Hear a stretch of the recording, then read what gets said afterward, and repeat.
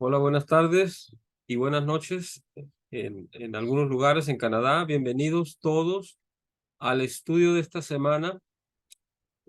Corresponde la Parashá de Barim, el último libro del Pentateuco, y el nombre sagrado de Dios que hoy toca estudiar es el 24, que se pronuncia A-E-Uya, Ja-E-Uya. Bueno, aquí están las letras, como está compuesto. Y le vamos a dar la palabra a Armando para que nos coordine esta parte. Adelante, Armando. Sí, muchas gracias, buenas tardes. Nada más quería hacerle comentario, reverendo, de que analizando las letras hebraicas, me da la impresión de que todas están formadas por la letra Bab. O sea, veo Bab en la mayoría de las letras, pero a lo mejor es una apreciación mía nada más. Pero, De por ejemplo, hecho, es una buena observación porque hay autores que a todas las letras las descomponen de cierta forma que está contenido el número 26 en ellas. Y en esa descomposición incluye Bab, incluye Yud, entre otras cosas, pero en todas hacen ver el número 26. A algunos le puede parecer un poco artificial eso, pero hay autores que así lo manejan. Entonces, sí existe algo de eso que comentas, Armando. Por ejemplo, la Het aquí visiblemente tiene una Bab al inicio, idéntica a la que está al final. claro. La Hei aquí tiene una Yud abajo, y así sucesivamente. Adelante, Armando, tienes la palabra. Gracias. Pues bueno, el nombre de Dios que toca que entró estos últimos 5 grados de cáncer o de Tamuz, este es el último de este signo de agua, signo de cáncer. Entonces, tenemos que las tres letras son Het, Hei, Ba. Het, Hei, Ba. Het está regido por el signo de cáncer, Hei por el signo de Aries y Ba por el signo de Tauro. Het, su número es el 8, Hei es el número 5 y Bab el número 6. Entonces tenemos 8 más 5 más 6 igual a 19 y 1 más 9 igual a 10 y 1 más 0 es igual a 1. Dice, cuando los problemas del mundo nos pesan demasiado, pobreza, hambruna, enfermedad, terrorismo, odio, podemos hacer algo al respecto.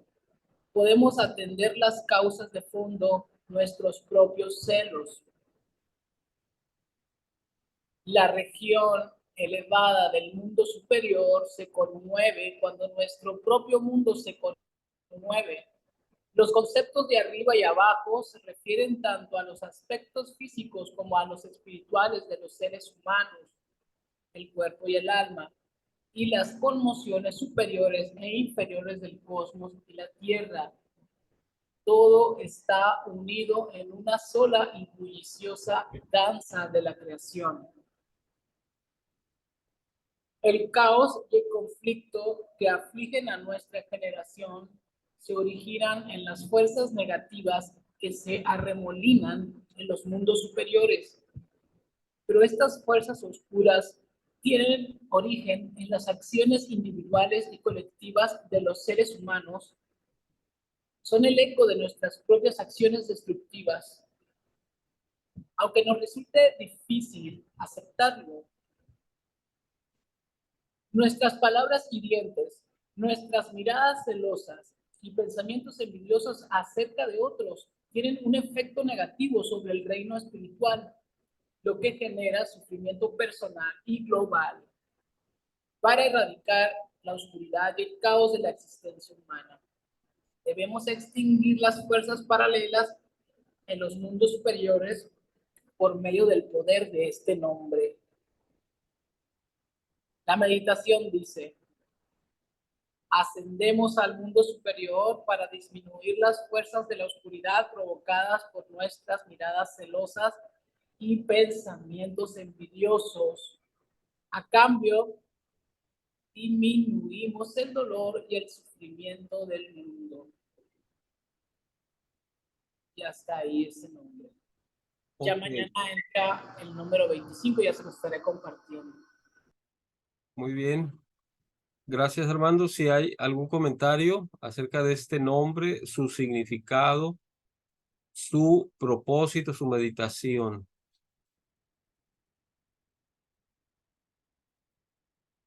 Algo muy importante que se menciona aquí es el efecto. Bueno, pudiéramos creer, como se dice aquí, que nuestros pensamientos, nuestras emociones, nuestras acciones no tendrían repercusión sobre los mundos superiores, pero no es así. Nuestros pensamientos, nuestras emociones, nuestras acciones sí tienen efecto sobre los planos superiores y más cuando son de índole eh, masivo. Por ejemplo, no es lo mismo tener un odio, una sola persona, que tenerlo millares de personas. Hacen una repercusión increíble. No nada más en ambos planos, no nada más en los superiores, sino en este, pero también en los superiores. Y eso hace que se generen ciertas dinámicas, porque el universo, el cosmos, Dios, tiene que hacer compensaciones para compensar esas situaciones. Pero de que repercute, repercute. Es muy importante. Pero de la misma manera, nuestros pensamientos positivos, acciones positivas, emociones positivas, generan condiciones muy favorables para la vida, para la paz, para el amor en nuestro plano y en los planos superiores también. Eh, ¿Recuerdan ustedes el principio hermético que dice el principio de correspondencia? ¿Quién lo recuerda? Como es arriba es abajo y como es abajo es arriba. Así es, dice como es arriba es abajo, como es abajo es arriba, incluso también se enuncia como es adentro es afuera, como es afuera es adentro. Se dice que a través de este principio nosotros podemos deducir muchas cosas de los planos superiores si observamos adecuadamente las cosas que ocurren en nuestro plano. ¿Por qué? Porque como es aquí, es allá. Y un ejemplo de lo que dice que como es adentro, es afuera. Miren, eh, hay muchos ejemplos de esto. Los voy a comentar para los que no están muy familiarizados con este principio. Pero, por ejemplo, así como hay un sistema solar donde hay un sol en el centro y los planetas orbitando en torno al sol, así hay los átomos a nivel microscópico, tienen una estructura similar. En su centro están los núcleos atómicos con carga positiva, conteniendo protones y neutrones, y en torno a ellos están orbitando grandes cantidades de electrones con cargas negativas. Es un ejemplo de cómo es arriba, es abajo. Pero también, si nosotros observamos nuestros pulmones, por ejemplo, nosotros inhalamos y se expanden.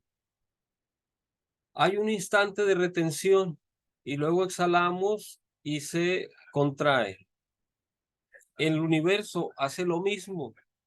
El universo está en expansión, nada más que a una escala cósmica, una expansión que dura millones de años. Y están en juego ahí fuerzas físicas importantes, la fuerza de gravedad, la fuerza de repulsión, etcétera. Llega un momento de retención, se detiene para luego empezar a contraerse de nuevo. Se empieza a contraer, lo mismo que hacen los pulmones.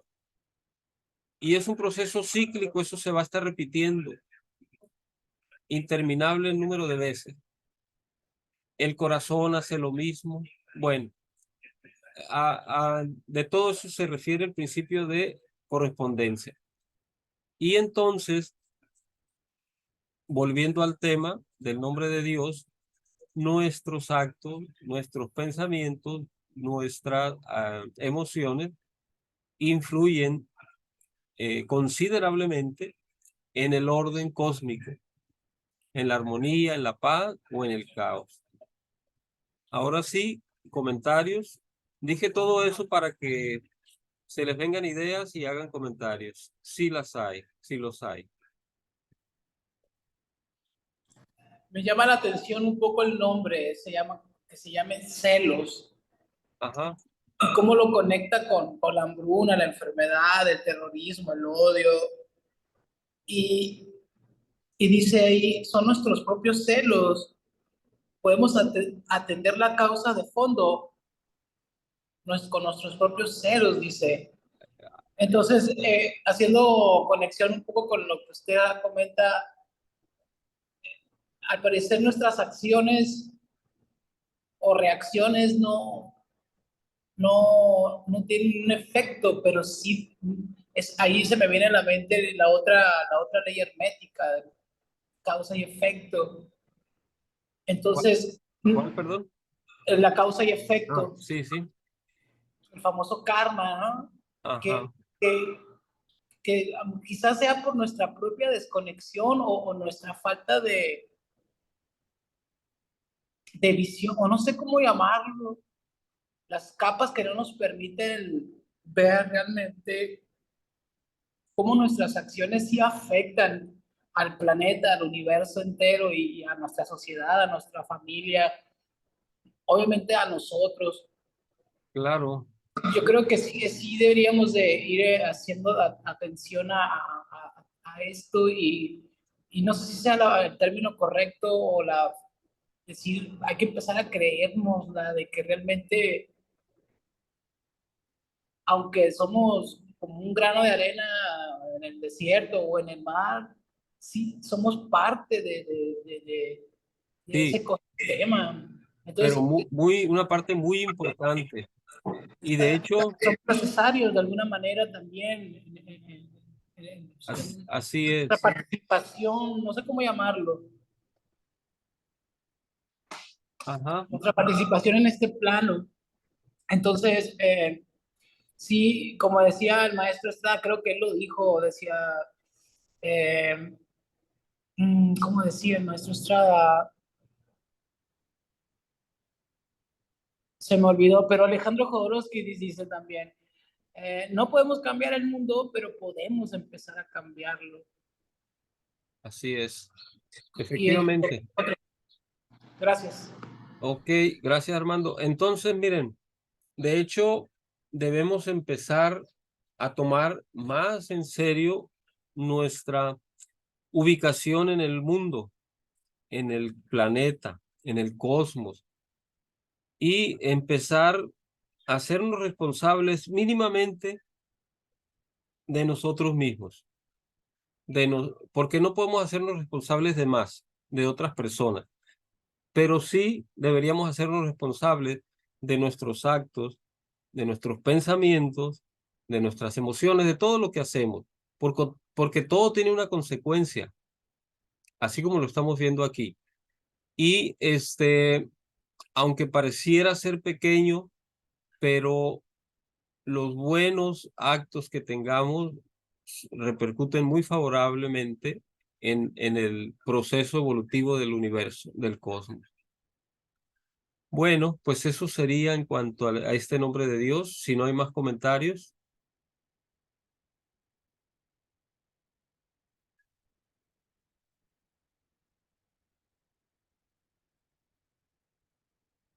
muy bien. Eh,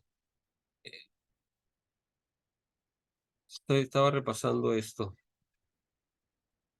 Muy bien, si no hay comentarios, voy a poner otro material y les voy a pedir que si tienen comentarios acerca de la lectura de la porción, adelante. si la leyeron, si tiene algo que compartir o que les haya llamado la atención. Les voy a dar una introducción. Miren, Devarim es el último libro del Pentateuco. Se dice que es el único libro de la Torá escrito por Moshe. Los demás fueron dictados por Dios, fueron escritos por Moshe, pero fueron dictados por Hashem. Y este es escrito directamente de las experiencias de Moshe, pero todo proviene, de hecho, se maneja como un resumen, una síntesis de todo lo anterior, de todos los 4 libros anteriores. Y de hecho, sobre esto versa esta parashá, esta porción. Moshe empieza a relatar todo lo sucedido desde que salieron de Egipto, de la esclavitud, desde que abandonaron la esclavitud de Egipto, la esclavitud del faraón, los conflictos que han tenido en el desierto, sus estancias, sus conflictos, etcétera. Y sobre todo remarca mucho en los mandamientos que Dios hace al pueblo hebreo para que los cumplan. A pesar de todo eso, de que se maneja como un resumen de lo anterior, tiene un gran contenido de enseñanza, de simbolismo, y es lo que vamos a tratar de describir. Por ejemplo, para que vayan recordando un poco, ya ven que Hashem ordena a Moshe que le indique al pueblo de Israel que vayan y luchen contra ciertas naciones. ¿Recuerdan eso? Y que acaben con todos, hombres, mujeres y niños. Pero hay otras naciones a las que les dice, con esas no luchen, no se enfrenten. ¿Ustedes recuerdan cuáles son unas y cuáles son otras? ¿O cuántas son unas y cuántas son otras?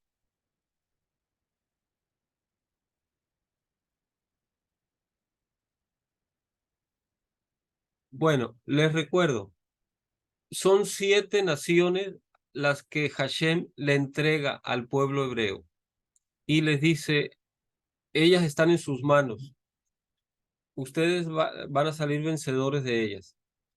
Enfréntense a ellas y las vencerán. No teman de que sean gigantes, no teman de que tengan muros, no teman de nada, porque yo, Hashem, tu Dios, pelearé por ti, iré delante de ti. Y efectivamente salieron victoriosos de esos combates. Y hubo 3 naciones a las que les dijo, con esas no peleen, con esas no luchen. Bueno, sucede que hay un simbolismo. Obviamente está mucho más allá de lo literal, porque Hashem no puede estar mandando a que maten a todo mundo, hombres, mujeres y niños, sino que hay un simbolismo. Esas naciones, les comento, antes del árbol sefirótico que conocemos, había otro árbol, el árbol del caos, igual de 10 sefirot, pero fue una primera creación de Hashem,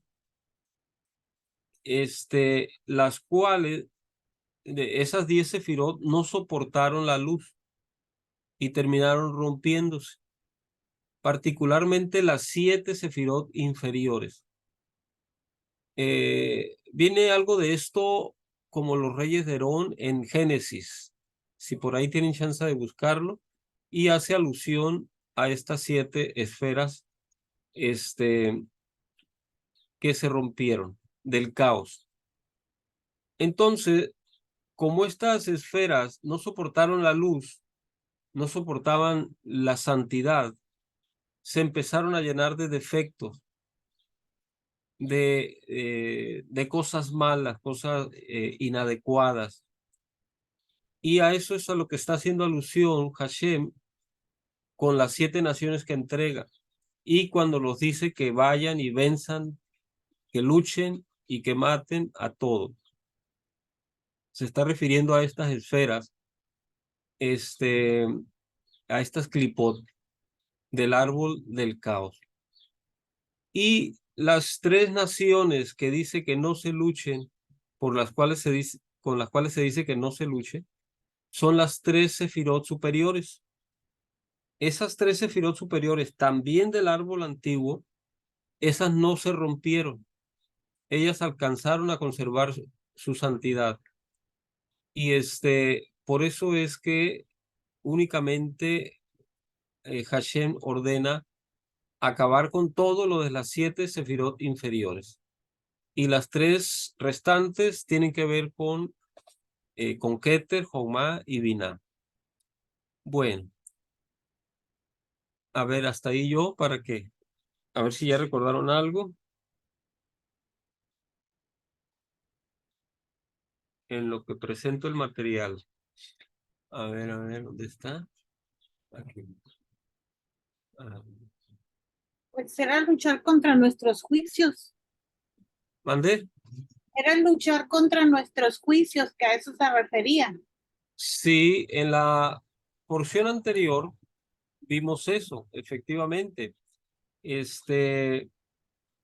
Midian la lucha era contra los midianitas y Midian proviene del término midin, que significa mis juicios. Efectivamente, tenemos que luchar contra nuestros juicios, nuestros malos pensamientos, nuestros malos hábitos, etcétera, etcétera. Efectivamente. ¿Alguien más?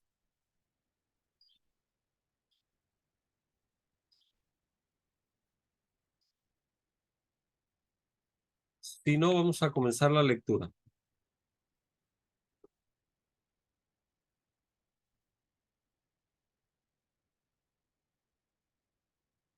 A mí me llama la atención, bueno, me gusta este último libro porque Moisés les habla al pueblo diciéndoles, recordándoles, es como, lo siento así como, si lo tomo de manera literal, como un regaño.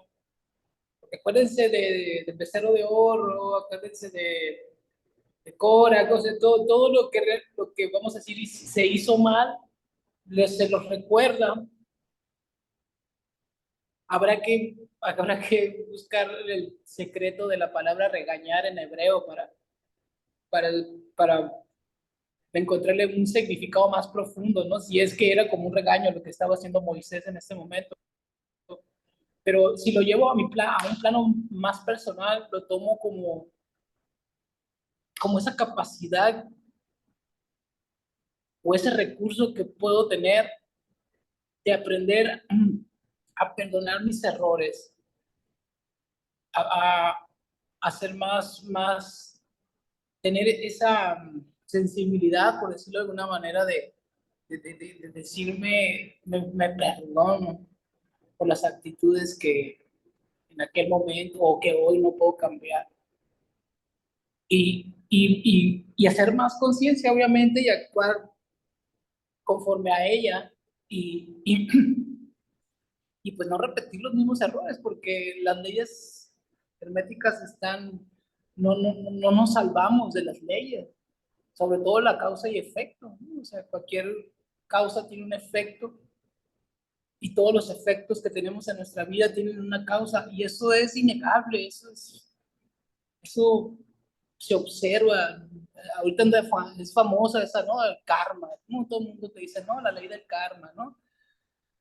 Hasta, o sea, ya se usa coloquialmente esa frase, pero sí tiene mucho de cierto. Entonces, pienso que es una buena oportunidad de irnos acercando a la tierra prometida que dice Moisés, ¿no? Que dio Hashem, le prometió Hashem a Moisés.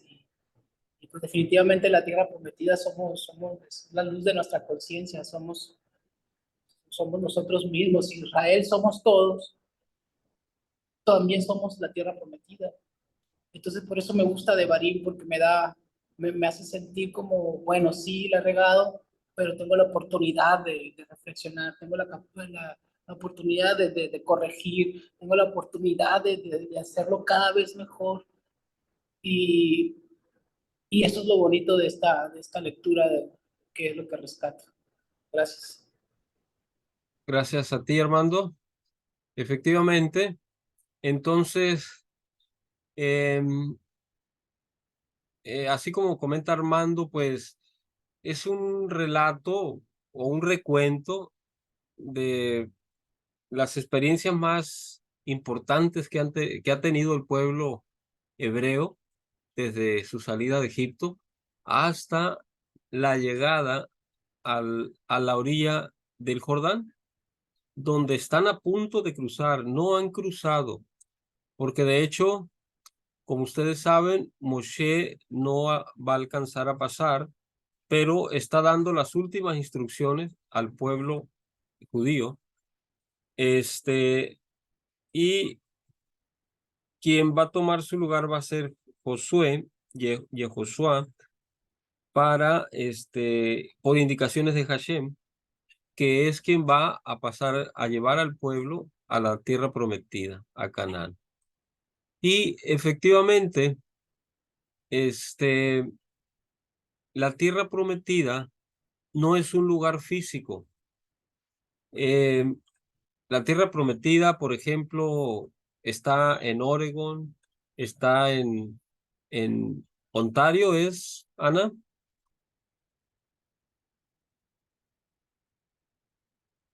En Hermosillo, en todas partes donde estamos nosotros, es nuestra tierra prometida. Sí, Y es aquí, Ontario, Pedro. ok, Ontario, Canadá. gracias. Efectivamente, entonces, donde nosotros estamos, tenemos que hacer de ello la tierra prometida. Muy bien, entonces, eh, el material comienza así. Estas son las palabras que dirigió Moisés a todo Israel en este lado del Jordán, sobre lo ocurrido en el desierto de Arabá, el Mar Rojo y entre Parán, Tofel, Labán, Acerot y Disahab. 11 días de camino desde Joreb en dirección al monte Seir hasta Kadesh Barnea. Y fue en el año 40, el día primero del mes 11º, cuando habló Moisés a los hijos de Israel de todo lo que el Eterno le mandara respecto a ellos.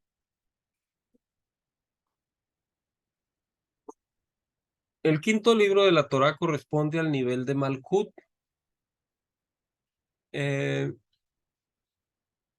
Permítanme, quiero hacer un comentario aquí.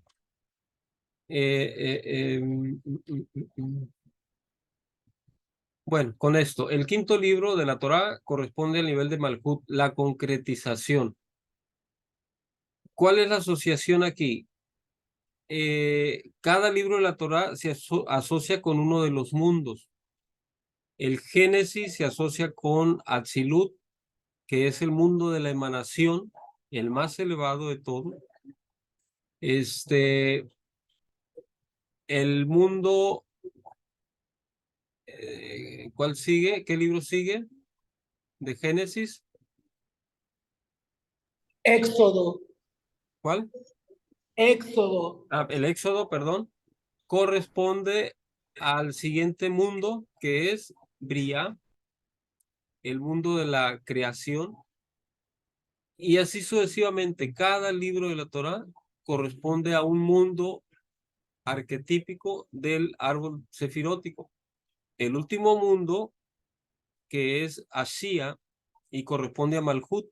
Por eso es que se nos dice aquí que este quinto libro corresponde al nivel de Malhut, la concretización. En él aprendemos las leyes de la manifestación. Devarim quiere decir palabras o cosas, porque las palabras materializan la energía y los pensamientos. Las palabras crean cosas en nuestro mundo, que es Malhut de Malhut. Recordemos en cada céfira del árbol está formada, está contenido dentro de ella todo el árbol completo. En Malhut hay un Malhut, hay un Yesod, hay un Jod, hay un Netzah, etcétera, hasta un Keter. Entonces, Malhut de Malhut es la parte más física, más material. Este es el único libro que no fue dictado por Dios, sino que fue escrito por Moshe. Devarim nos enseña que la historia no está basada en los hechos objetivos que sucedieron, sino en la manera en cómo la contamos. Cada quien puede contar su historia como mejor la perciba, pues todo es una cuestión de percepción. Miren, esto pareciera un poco ambiguo, pero tiene un trasfondo muy importante. Un minutito.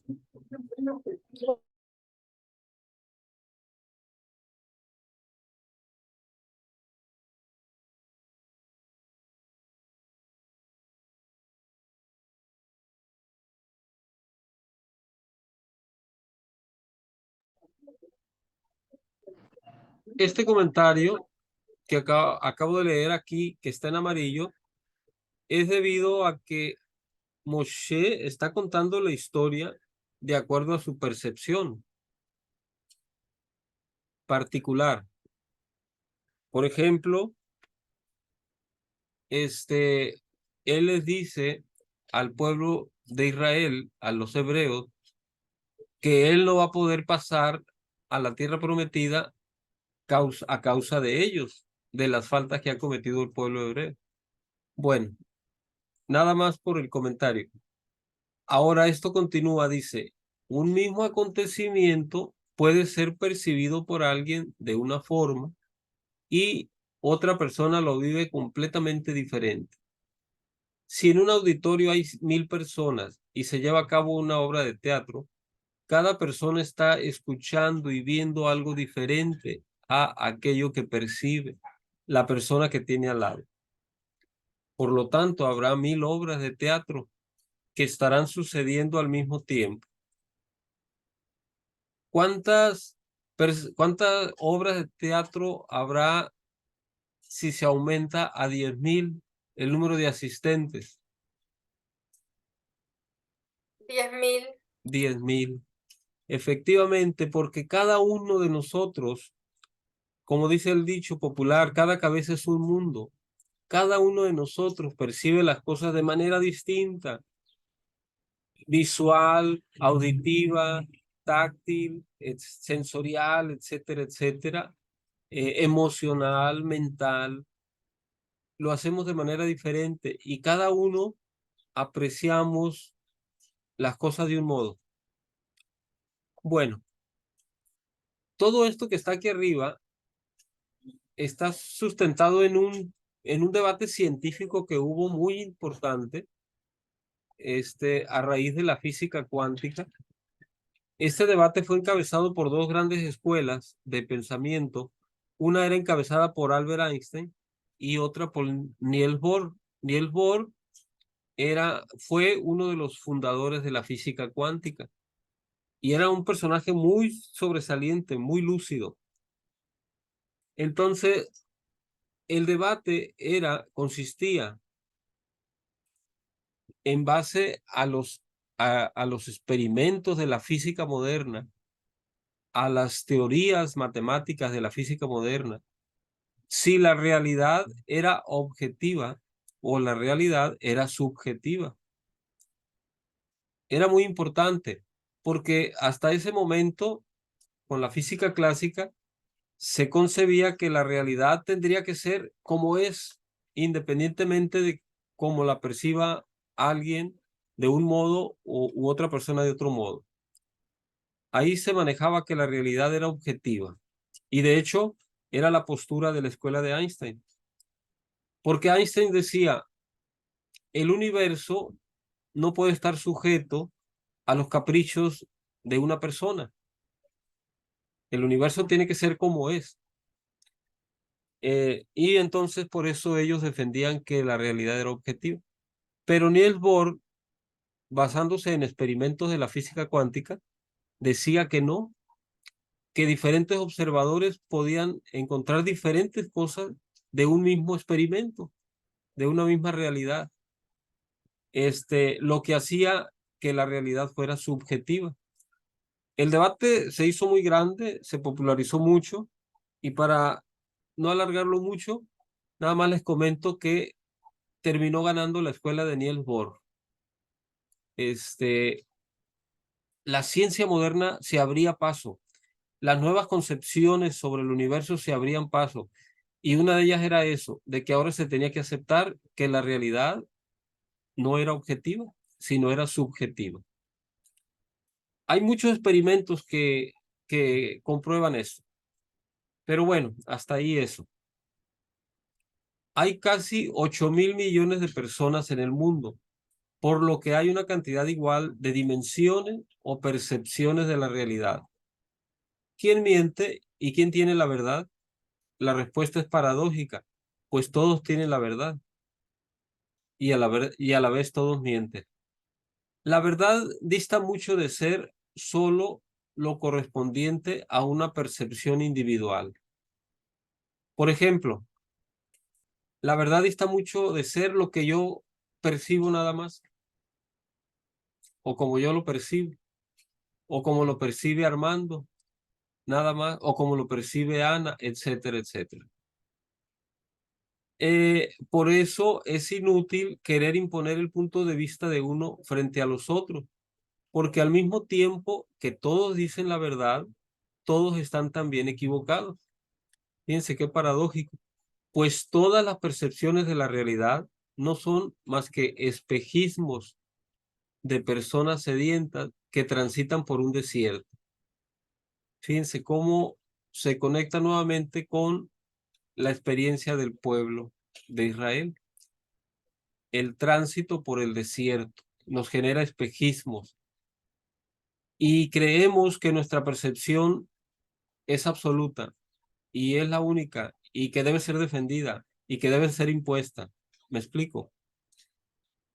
Bueno, dice Rab Nachman que si nuestros recuerdos nos hacen felices o nos entristecen, es solo porque creemos en ellos.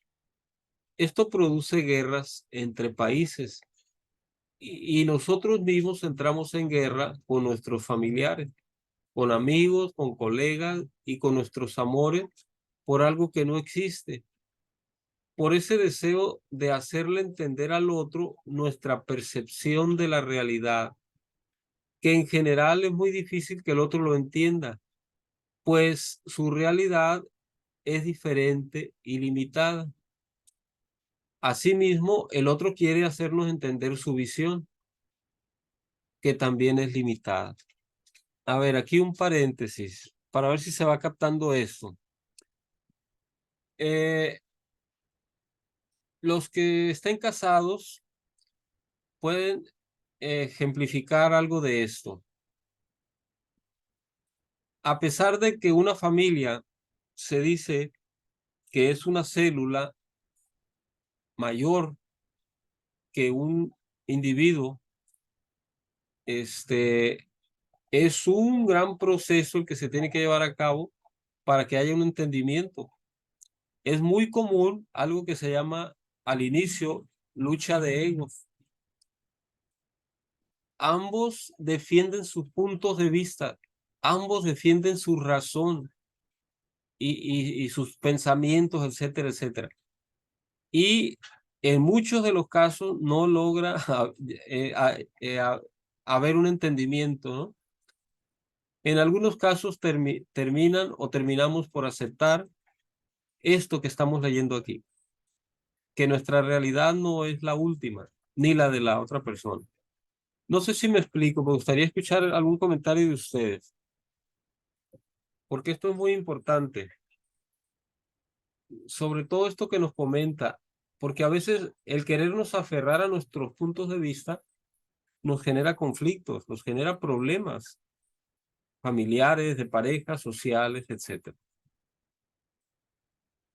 ¿Todo bien? Bueno, Ah, sí. sí, Pedro, Ajá. puedo comentar de que esa parte donde dice que si nuestros recuerdos nos hacen felices o nos entristecen es solo porque creemos en ello.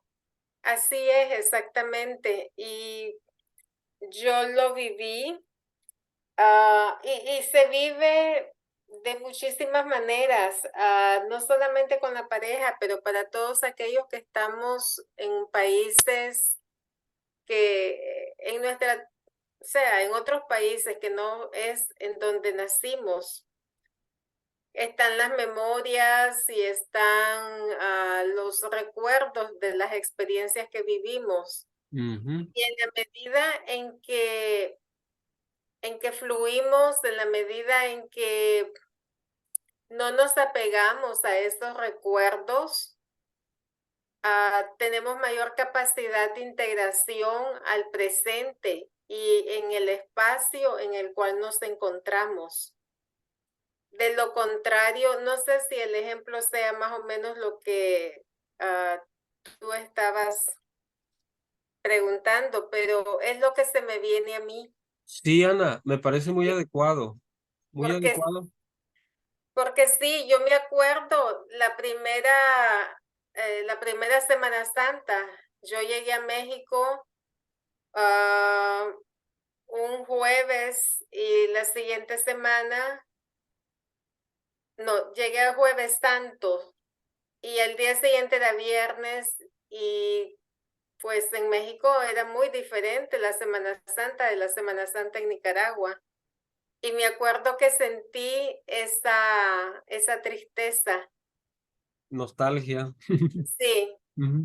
Entonces, pero en la medida en que uno se da cuenta que simplemente son diferentes valores que las personas dan, etcétera, y en la medida en que uno lo suelta, lo deja ir y no se apega, Ajá. entonces es más fácil. Y así también me pasó con lo de mi mamá. Cuando mi mamá falleció, am, bueno, dije yo, sí, claro, sentí el impacto, sentí la tristeza, pero en determinado momento eh, tuve así como un proceso y sí, ahora me acuerdo de ella, pero ya no es aquella tristeza, ya no es aquello. Ajá, claro, claro. Sí, Sí, tiene uno que irse adaptando a las nuevas circunstancias. Imagínense que viviéramos siempre con los recuerdos anteriores, que quisiéramos estar experimentando lo mismo, iba a ser muy difícil, muy complicado. Sí, me parece muy bien tu ejemplo, Ana, tu comentario. Muchas gracias. Muy bien, entonces dice aquí, em, por ese deseo ya vimos esto.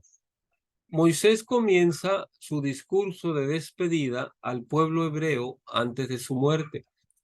Como, como parte de este discurso, aparentemente Moshe reprende al pueblo por haber errado, pero cronológicamente esta porción sucede 40 años después de la salida de Egipto, por lo que en ese momento la mayoría de la gente que había salido de Egipto ya había muerto. Moshe le hablaba a gente que aparentemente estaba ajena a lo que él decía, porque no eran ellos los que habían cometido las faltas. Sí se entiende, ¿verdad? O sea, ya era otra generación prácticamente. Entonces, hay una enseñanza en esto. Una de las enseñanzas de la Torá es que debemos aprender de las experiencias ajenas, de las lecciones de los sabios y de nuestros antepasados. Es por eso que cada año se lee lo que experimentaron los patriarcas y todos los personajes arquetipos de la raza humana. Cada año en cada porción. Los sabios nos dicen, que en cada libro, sí, Ana. Perdón, Pedro, tengo una pregunta. Ujú. Ahorita escuchando esta parte, se me viene y la pensé durante la semana. Venimos a corregir, venimos a hacer tikkun y así, ¿cómo sé que realmente estoy aprendiendo y corrigiendo? Porque ahí dice aprender de las experiencias ajenas, sí, magnífico. Y lo hacemos, quizás no siempre, pero la mayoría de veces. Ajá. Entonces, pero ¿cómo saber? ¿Es por los resultados? ¿Cómo saber si el tikkun que estoy haciendo, la corrección que estoy haciendo, es en realidad la correcta? Ok. La que mi alma necesita. Ajá. Normalmente, cuando uno está equivocado en algo o comete una falta, un error, a veces una parte de nosotros lo detecta, lo sabe. Puede ser una emoción, puede ser un pensamiento, una intuición incluso, ¿sí? Hay otras que no las detectamos tan fácilmente, ¿sí? Pero bueno, y cuando cometemos faltas, digamos, eh, más evidentes, por decirlo de una manera, sentimos arrepentimiento, ¿sí? Sentimos arrepentimiento. Entonces, es bueno, esa sensación del arrepentimiento es bueno porque nos da una pauta para retomar el camino adecuado. Entonces, las acciones que hagamos de corrección, si nuestra conciencia, creo que la medida, el punto de medida es la conciencia. Si nuestra conciencia nos dice, nos hace sentirnos bien con lo que hicimos y con el resultado que obtuvimos, la corrección es correcta, es adecuada. No quiere decir que ya sea la definitiva, ¿no? Lo más seguro es que después tengamos que volver a corregir otras cosas, pero si nuestra conciencia nos hace sentir bien, creo la corrección es correcta, es adecuada. ¿Sí me explico? Sí, sí, muchísimas gracias, Pedro. Ok. Reverendo, Sí, sí, Armando, adelante. nada más para aportar un poco más hasta donde yo tengo entendido respecto a la corrección del tikkun que venimos a hacer desde la perspectiva de la cábala, en la astrología, en la carta natal, específicamente en los nodos lunares, dicen los cabalistas de que en el nodo lunar norte es el tikkun, es la corrección que hay que hacer. Hay que ver en qué signo está y en qué casa está para podernos darnos una idea de la corrección que venimos a hacer. Curiosamente, en mi caso, cuando yo veo el nodo lunar sur, que según la astrología o la cábala, es el trabajo que ya traes en las vidas pasadas. Ujú. Para eso a eso para que fuiste muy bueno, pero que ya no lo necesitas. Y yo en lo personal me identifico muchísimo con el nodo lunar sur.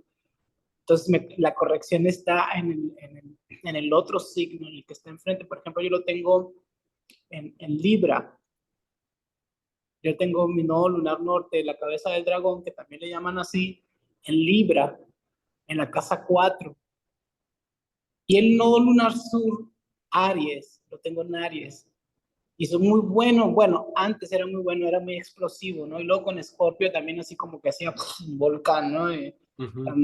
Demasiado. Entonces, todas esas cosas que trae uno de las vidas pasadas como que es muy bueno para eso, pero es realmente lo que tiene uno que corregir e irse a 180 grados, en este caso, al signo que está enfrente.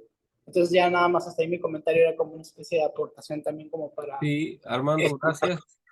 Muy buen comentario, porque efectivamente, miren, las ciencias sagradas son herramientas que nos van a ayudar muchísimo, muchísimo en este proceso de corrección, de autocorrección, de autoperfeccionamiento, de autocrecimiento espiritual. Alguna vez les comenté, cada ciencia sagrada tiene su propia técnica. La astrología es una de ellas muy valiosa. Y efectivamente, a través de los nodos lunares, del eje lunar sobre todo, podemos darnos una idea de qué tipo de correcciones personales tenemos que hacer. Porque también les comenté en una ocasión, hay 3 tipos de tikkun que tenemos que hacer: un tikkun personal, un tikkun familiar y un tikkun universal. Entonces, incluso en la cábala, en el árbol sefirótico, hay una manera de investigar esto acerca de nuestro tikkun universal. A ver si lo comentamos, a ver si para la siguiente les traigo una lámina. Muy bien, gracias. Vamos a continuar. Dice, los sabios nos dicen que en cada libro hay un número de mitzvot determinadas. En Devarim hay 200 mitzvot. 200 es el valor numérico de la palabra etzem. No la escribí aquí, pero va con una ayin, una tzade y una mem, que quiere decir sustancia, hueso o esencia. Y también es el valor numérico de la palabra kadmon. Kadmon se escribe con la kuf, una dalet, una mem, una bab y una nun, que quiere decir arquetipo o antiguo. Devarim intenta enseñarnos a través de las experiencias de los arquetipos de la humanidad y no de los propios errores. Cuando habla aquí de los arquetipos de la humanidad, se está refiriendo, por ejemplo, a los patriarcas, Abraham, Isaac, Jacob, Adán mismo, Adán y Eva, etcétera, etcétera. Asimismo, los sabios de la Kabbalah nos enseñan a través de parábolas para evitar hacer alusiones personales. La percepción del espacio y del tiempo se creó para poder lograr cierto equilibrio dentro de la experiencia humana, puesto que la materia es energía limitada, así como toda la dimensión en la que vivimos. Sin embargo, estar repitiendo las experiencias una y otra vez nos causa cierto desequilibrio, porque la energía que define al tiempo y al espacio son las letras del nombre divino de Dios, el Yud Hei Vav Hei, que representan dimensiones de los mundos. Hace rato les comenté de las dimensiones en el árbol sefirótico. Atzilut arriba corresponde a Keter.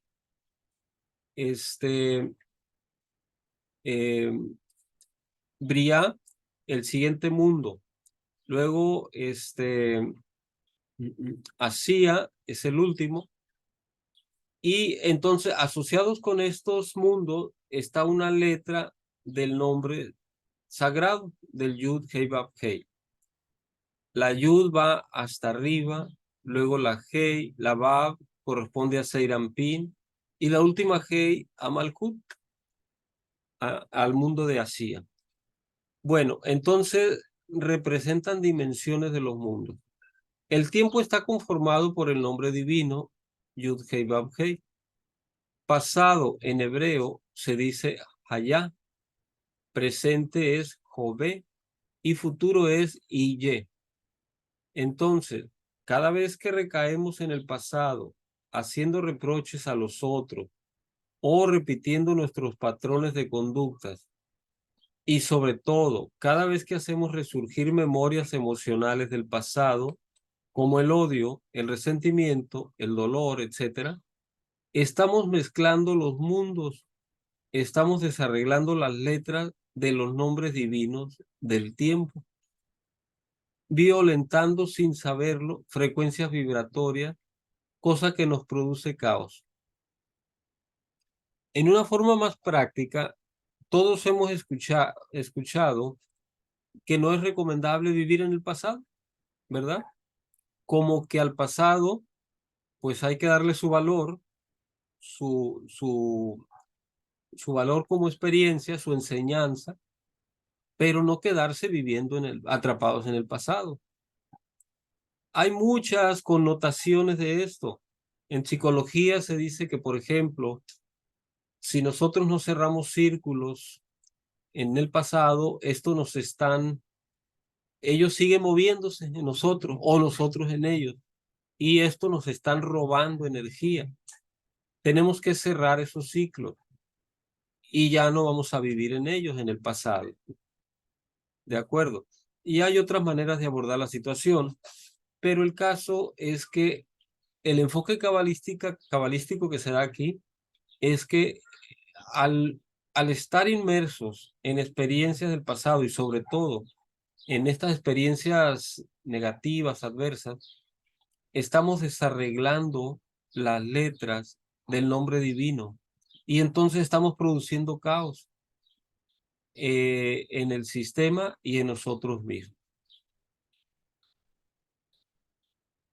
La inclinación al mal, el Yetzer Hará, nos incita a mezclar los mundos para volverlos profanos y poder hacer su trabajo, que es ejecutar los decretos de muerte. Al Yetzer Hará, al oponente, le conviene que todo esto se lleve a cabo porque es parte de su labor. Entre más desorden consiga él, más caos, más ganancia para él. ¿Sí? Es su chamba, ¿no? Pero entonces nosotros no debemos permitir que suceda eso con nuestro mundo, con nuestra identidad. Esta porción nos da una señal de lo rápido que estaba viajando el pueblo de Israel antes de los 40 años por el desierto. En el hecho que dice, son 11 días de viaje de Oreb a Kadesh Barnea. Obviamente, esto es un simbolismo. Explica el Ari que los 11 días corresponden a los 7 reyes primordiales de Edom que murieron, que son las 7 sefirot del caos. Estas son las sefirot de las que les hablé al inicio. Un árbol de caos que había antes, que no pudo soportar la luz y sus esferas rompieron. Estas 7 sefirot del caos, más las 4 espaldas de Abba e Ima, Adán y Eva, que corresponde al colapso de los intelectos cuando ellos no estaban aún maduros, los cuales conformaron el árbol de las clipot, ese árbol primitivo, esa creación primitiva que tuvo que ser reemplazada por una segunda creación tal como la conocemos. El origen del Yetzer Hará se produjo por la ruptura de las vasijas de los mundos del caos. El alma se manifiesta a través de la conciencia. Entonces, el origen del mal proviene de la oposición que la conciencia separada le hace a la conciencia divina, que no es otra cosa que la conciencia de unidad. Es decir, la conciencia divina es conciencia de unidad. A mayor integración con el otro y con el ambiente, con el sistema que nos rodea, mayor es el acercamiento a lo divino. Y a mayor fraccionamiento o individualización, mayor es el acercamiento al mal. Es decir, si nosotros nos aislamos, nos volvemos, por decirlo de un modo, individualista, autosuficientes, incluso egoístas, estamos favoreciendo todo esto del fraccionamiento. Estamos favoreciendo la labor de la inclinación al mal, del Yetzer Hará. Entonces, no hay como mejor adherirnos, ya sea, por ejemplo, a la pareja, hacer bien nuestro trabajo de pareja, a la familia, a la sociedad, a las culturas espirituales, etcétera, etcétera. Y por último, a la creación. Y entonces, en esa adhesión, vamos a ir evitando ese accionar del Yetzer Hará.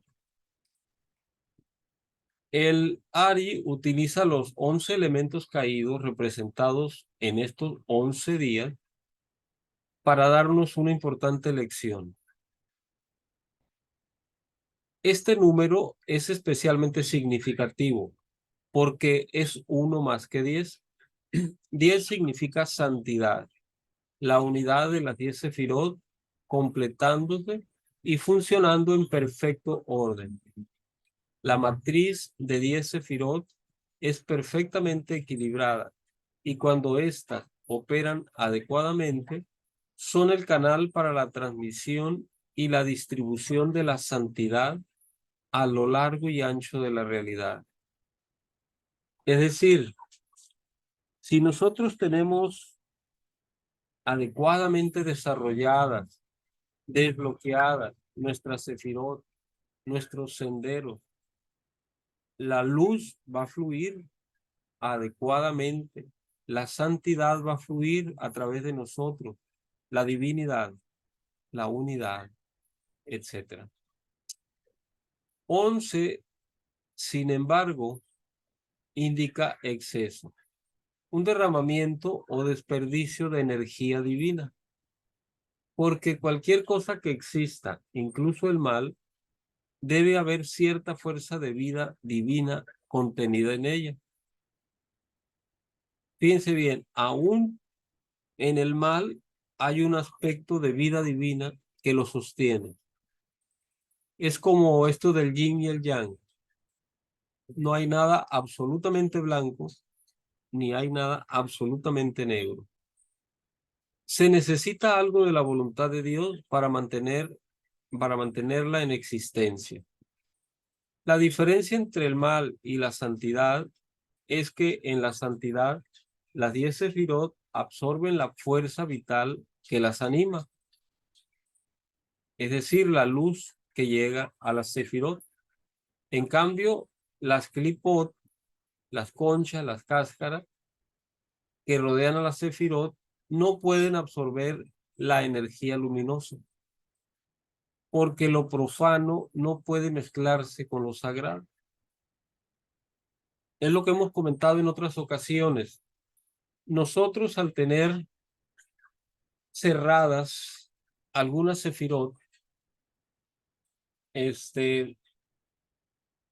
generamos estas klipot, estas conchas, estas cáscaras, las cuales se están alimentando de la misma luz que viene a hacernos crecer espiritualmente, pero como la estamos rechazando, no rechazando, como le estamos impidiendo llegar, la cáscara, la concha, hace uso de esa luz, ¿sí? Y se engrandece entonces el aspecto negativo en lugar del aspecto positivo. ¿Dónde voy? Ok, aquí abajo. Lo que sucede es que la luz se cierne sobre sus cabezas, se queda rodeando las klipot.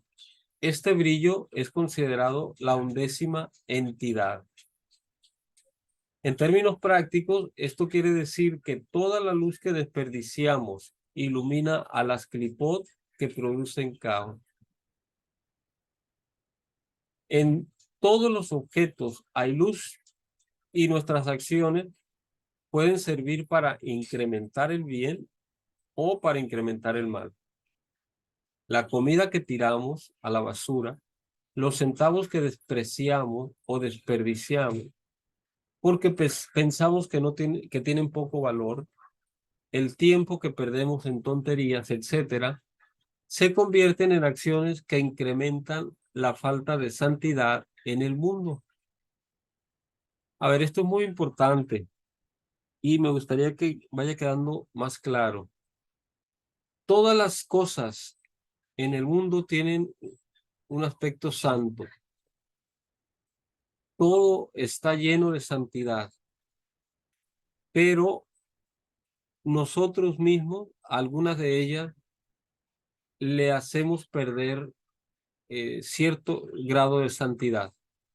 En algunas cosas un poco, en algunas cosas un mucho. Si, por ejemplo, como dice aquí, alguien derrocha dinero, le está robando el aspecto santo al dinero. O sea, no debe haber desperdicio en ningún aspecto de nuestra vida. La fisicalidad es una vasija y la luz solo puede entrar dentro de las 10 sefirot. Por lo tanto, no debe haber desperdicio. Todo lo que está de más en nuestras vidas, todo lo que nos sobra, es una manifestación de que la luz se queda por fuera de la sefirot. Esto solo fortalece a nuestro ego, pero peor aún, esto es una señal de que estamos incrementando el mal en el mundo. Por eso es que el apego al consumismo es nocivo. Miren, recuerdo dos anécdotas, una, una muy común, muy normal y otra muy interesante. Yo conozco personas que compran y compran, por ejemplo, ropa, zapatos, y tienen montañas de ropa. Ya ni siquiera pueden acomodarla o batallan mucho para encontrar una prenda porque cada vez que buscan algo, tienen que vaciar la montaña y volverla a levantar. Es un show, pero el caso es que hay mucho desperdicio ahí, energéticamente hablando. Y créanme, es como un círculo. ¿Por qué creen que lo hace eso la persona?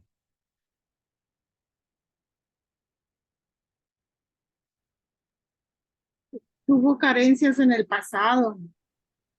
Efectivamente, son carencias internas que la persona tiene, que ella cree, ella siente que comprando y teniendo, las va a satisfacer, pero la realidad es que no. Simple y sencillamente está haciendo más grande el caos, su caos, pues. Entonces, es un ejemplo, y como ese, sucede lo mismo en las demás áreas de nuestra vida, en la economía, en el amor, en el trabajo, en la salud, en todo. Y otra anécdota interesante, real, me pasó a mí aquí con un maestro, uno de los maestros que nos visitó, este, estábamos en la hora de la preparación del alimento y, y mi esposa estaba picando algunas cosas y se le cayó algo al piso y mi esposa lo levantó para tirarlo y el maestro le dijo, no lo tire, aún está bueno, nada más enjuáguelo, nada más lávelo. ¿Y cuál es la enseñanza? Mi esposa lo hubiera tirado. A mí me llamó mucho la atención porque yo vibro mucho con esa mentalidad de ese ejemplo que dio el maestro.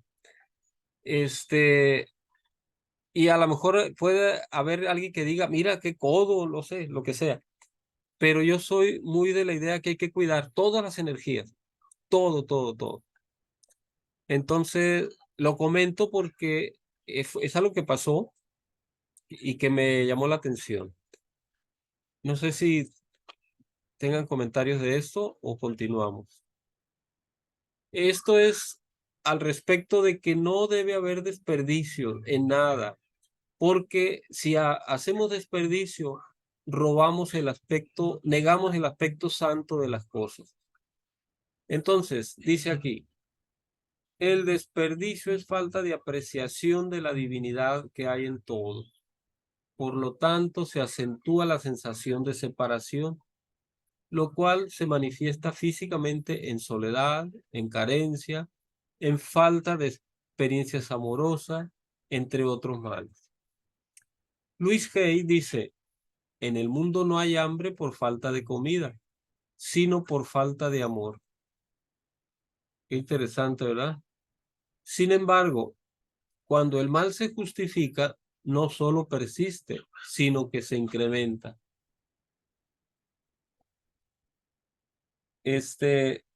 Todos sabemos que los negocios, las grandes empresas, pues tienen sus propias filosofías del dinero.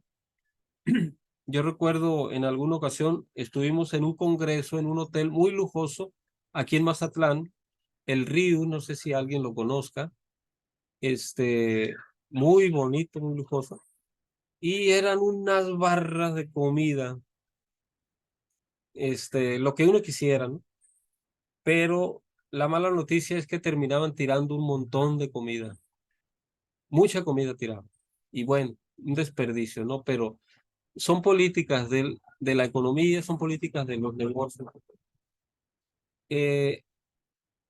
Otro ejemplo es que hay empresas que, por ejemplo, siembran tomate aquí en Sinaloa y cuando baja de precio, pues el tomate, mm, pues no tiene valor, pero lo que hacen estas empresas, en lugar de regalarlo o ponerlo muy barato, lo tiran, porque así les favorece su negocio. Sí, les digo, son políticas, ¿no? Políticas de mercantiles. Bueno, Devarim también presenta, ya leí lo de arriba, sí, ¿verdad?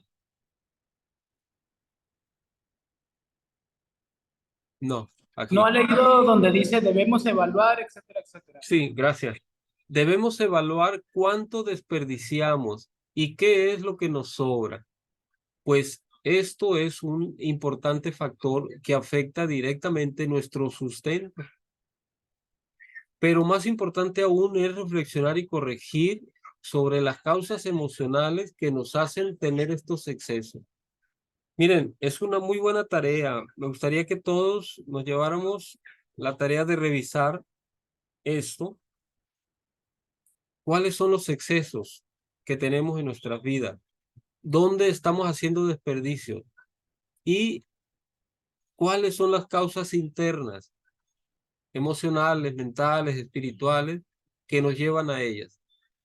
Porque es hasta que lo ubicamos y aceptamos las causas, es que las podemos cambiar. ¿Sí me explico?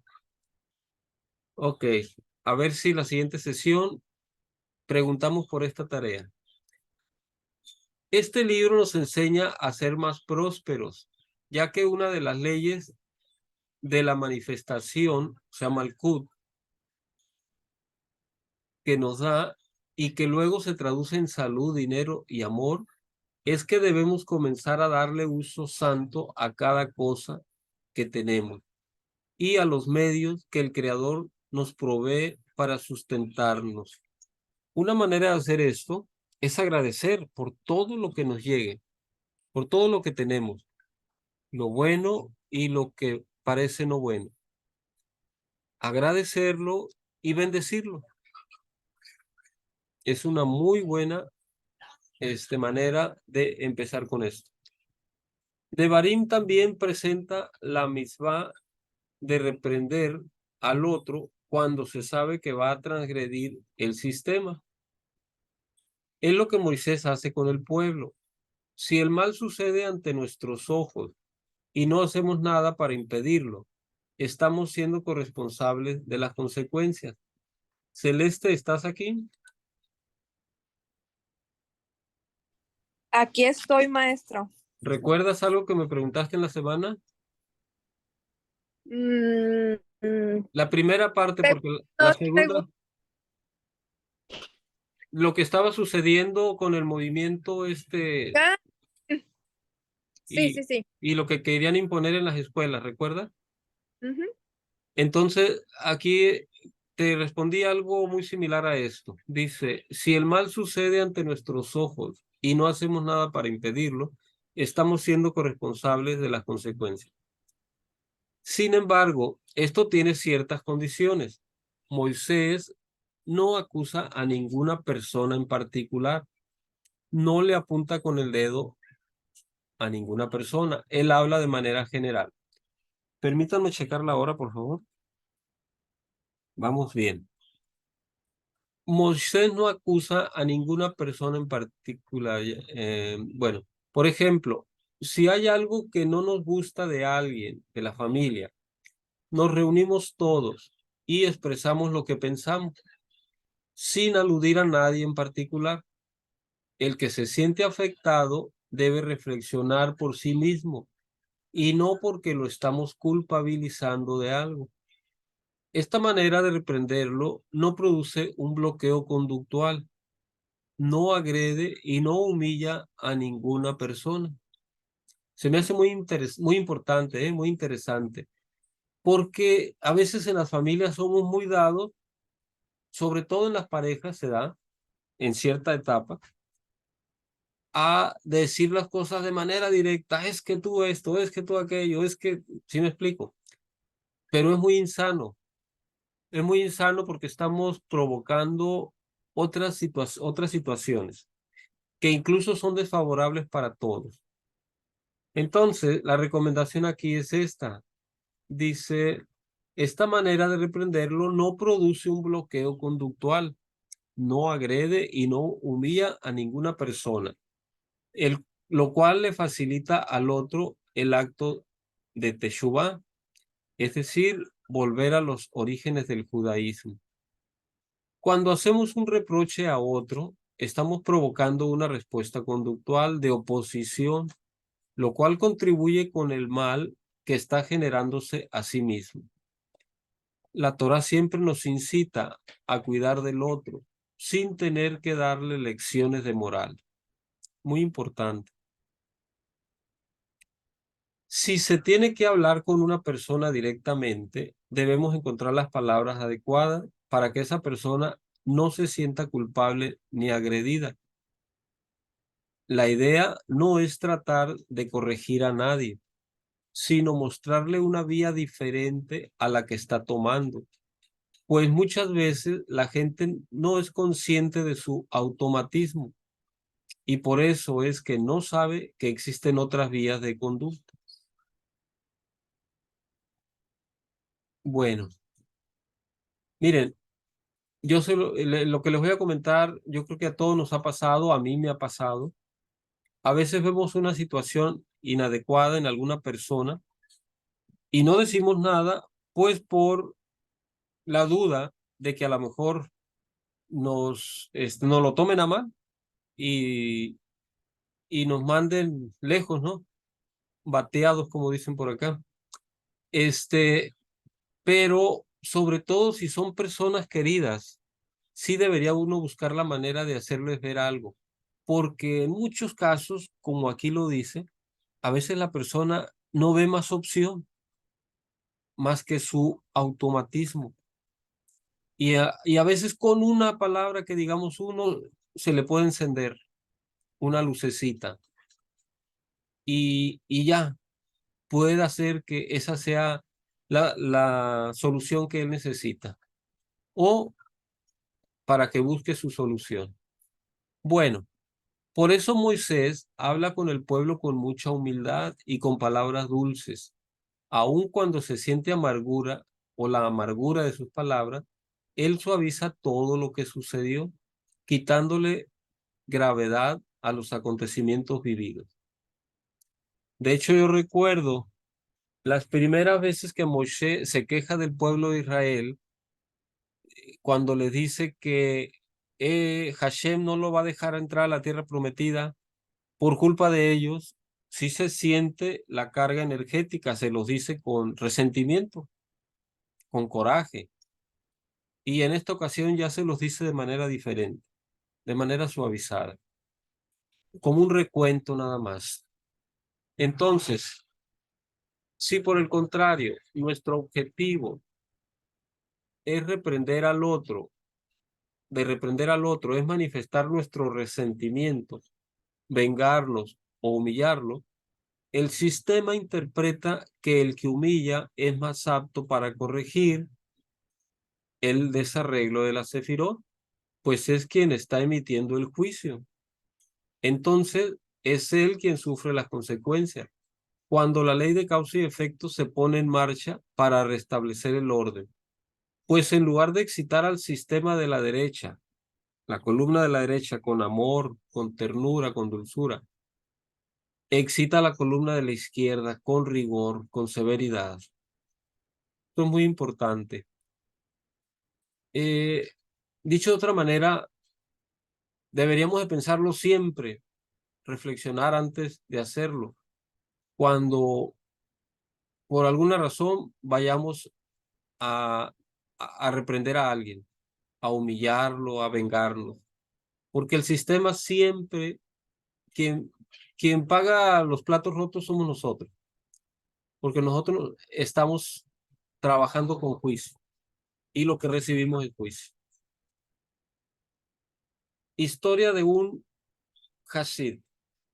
Nunca debemos, ya esto es lo último, nunca debemos definirnos a nosotros mismos como pobres, pues estamos negando al Creador, que es el proveedor del mundo.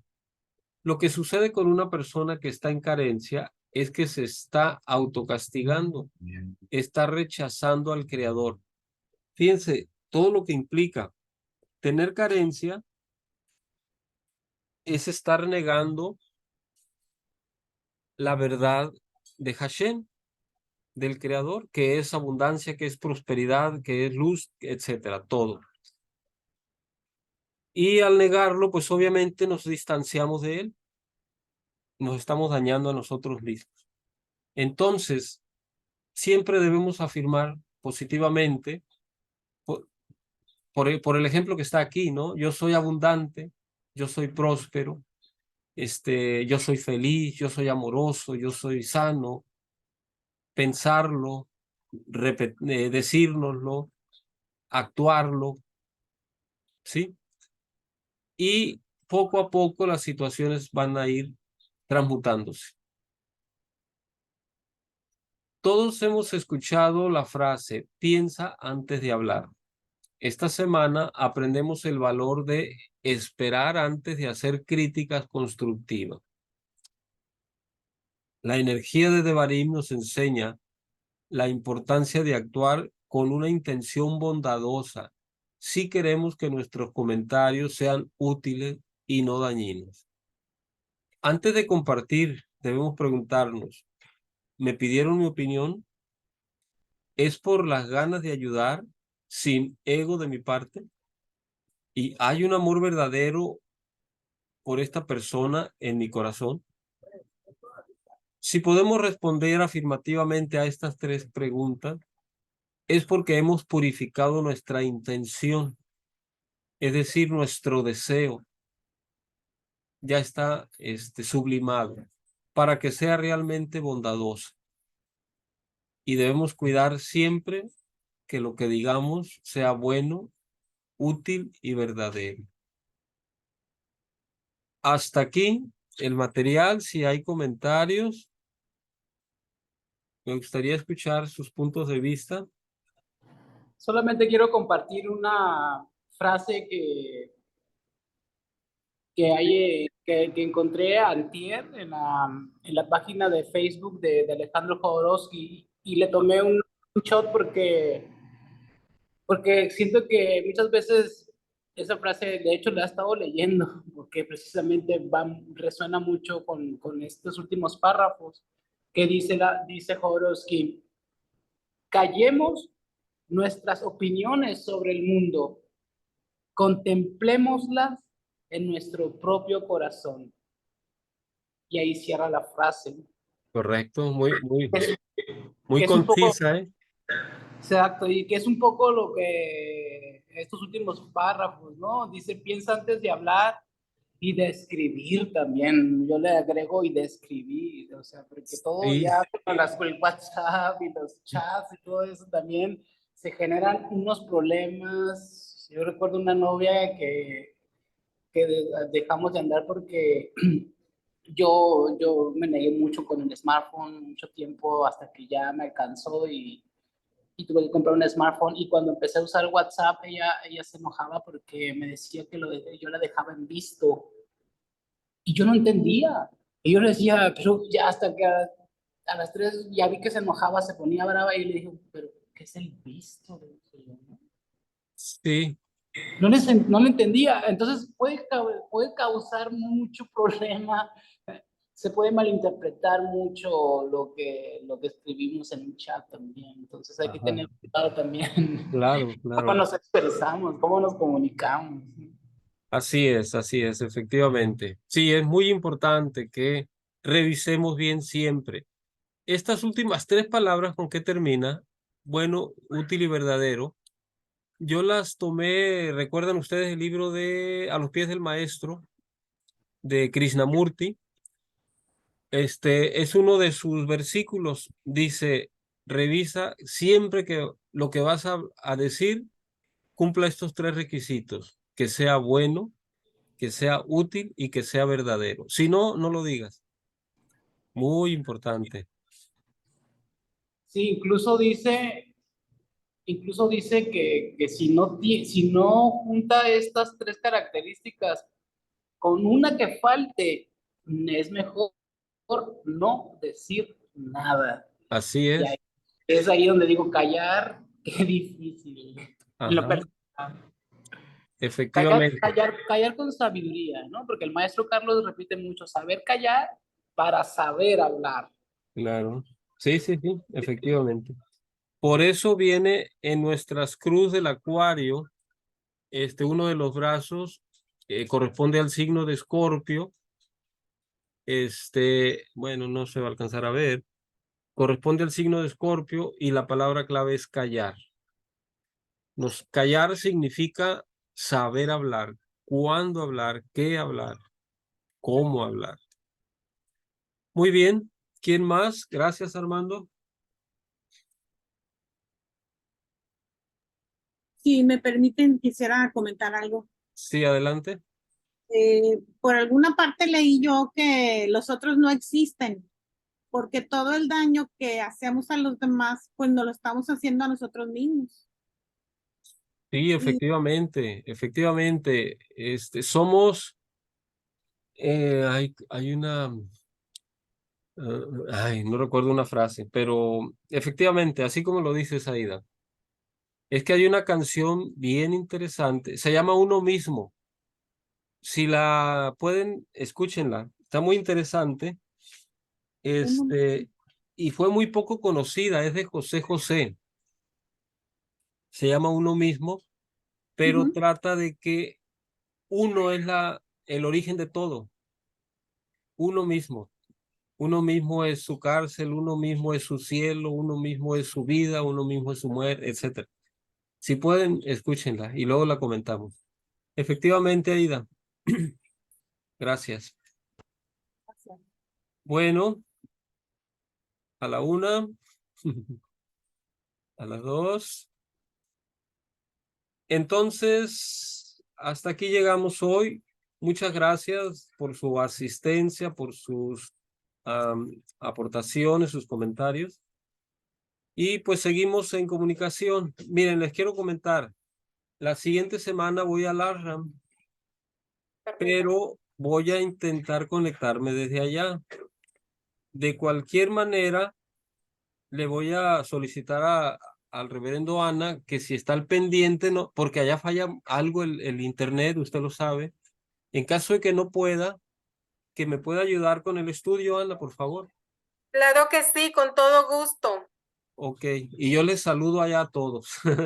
Claro que sí, y muchísimas gracias y muchas disculpas. Sí, no, no, al contrario. Gracias a todos. Seguimos en comunicación, entonces, que estén muy bien, cuídense y que tengan excelente noche todos. Gracias igualmente, feliz semana. Noches. Nos tal vez, vemos. muchas Bye gracias. bye. Adiós, Celeste. Adiós. Aida. Ay, Armando, bye. Gracias, reverendo. Hasta luego, nos vemos. Buenas noches.